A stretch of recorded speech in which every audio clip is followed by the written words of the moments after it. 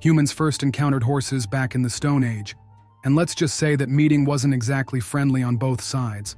For example, in eastern Ukraine, there are several Upper Paleolithic settlement sites where hunters specialized in hunting wild horses.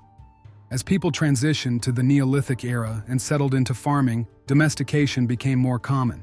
Among the animals they tamed was the horse. However, judging by archaeological finds where most horse bones belong to animals under 5 years old, early domestication was still mainly for food. But about 5,500 years ago, humans started using horses for riding. This is proven by wear marks from bits on excavated horse teeth. This transformation took place across the vast Eurasian steppes, with key regions including northern Kazakhstan, the steppe Ural, and Kuban. The earliest evidence comes from Kazakhstan and is linked to the Botai culture. That being said, new discoveries may have emerged in recent years, possibly reshaping our understanding. One way or another, horses have always been native to the steppes, so it's no surprise that the first pastoralists, who later developed into full-fledged nomadic cultures, were the ones to domesticate and ride them. By the time early civilizations in South Asia, the Middle East, and North Africa encountered horses, they were already a fully trained riding animal. However, around 4,000 years ago, steppe peoples took it a step further and began using war chariots. Some historians argue that this was a massive military breakthrough, enabling the expansion of Indo-European peoples across Europe and parts of Asia. By the way, Europeans are the most numerous racial group on the planet, making up about 40% of the world's population. That said, horseback riding itself wasn't the birth of cavalry as a military unit. It took much longer for that to develop.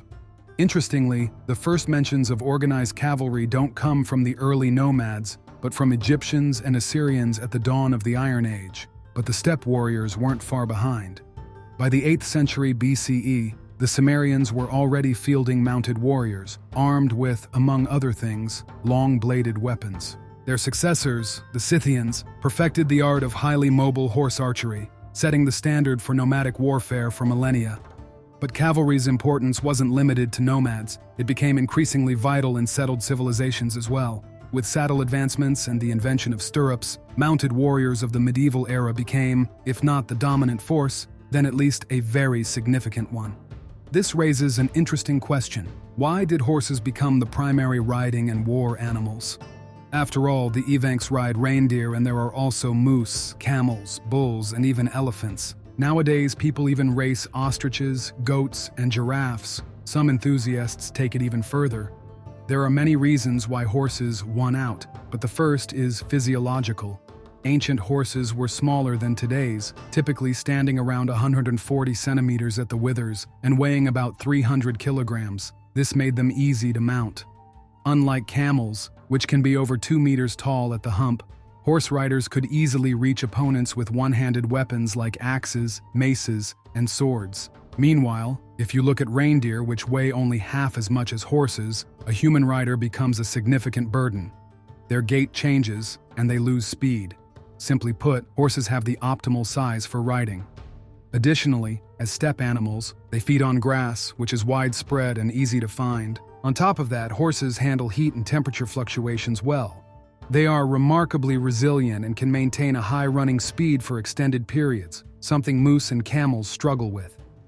By the way, if you've ever read about moose being used by the Soviet Red Army during the Winter War, that was an April Fool's joke from Popular Mechanics magazine. While riding moose is possible, they simply can't compete with horses. And in the grand scheme of things, a horse's biggest advantage isn't physical, it's psychological. In the wild, horses are herd animals with strict social hierarchies, instinctively following their leaders. This made them obedient and easy to control when humans took on the role of leader. A horse's strength isn't in intelligence, but in its trainability. With the right conditioning, it will charge off a cliff, gallop at full speed until its lungs collapse, or literally run itself to death. It will also charge into a crowd of armed men, ignore the sound of gunfire, or even run through fire, something most other animals simply won't do. Camels, for instance, were used in warfare too, but once injured, they often tried to flee the battlefield. They might also, like donkeys, act on their own accord at any time, not because they're stubborn or dumb, but because they have their own will. Elephants, which were often used as mobile fortresses in battle, could enter a berserker rage, becoming just as dangerous to their own troops as to the enemy, and getting total obedience from an elephant, nearly impossible. However, if you listen to the Indians, they'll tell you that their war elephants could throw spears with their trunks and wield swords. In general, different animals have played various roles in warfare. The simplest was as pack animals for transporting supplies, weapons, and other equipment. Many species were used for this, from dogs and reindeer to oxen, camels, and elephants. Another often overlooked but long-standing practice dating back to antiquity was using mounts to transport infantry quickly. In the early modern era, these troops were called dragoons. This approach made foot soldiers much more mobile, and it didn't really matter whether they were riding horses, camels, or even donkeys. When it comes to actual combat, things get more complicated. The simplest way to use a riding animal in battle is as a mobile archery platform.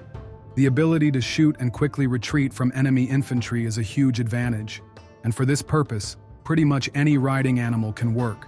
However, thanks to their herd instincts, horses allow for a high density of archers who can move as a single mass, circling enemy infantry, for example. But when it comes to close combat, horses have no real competition.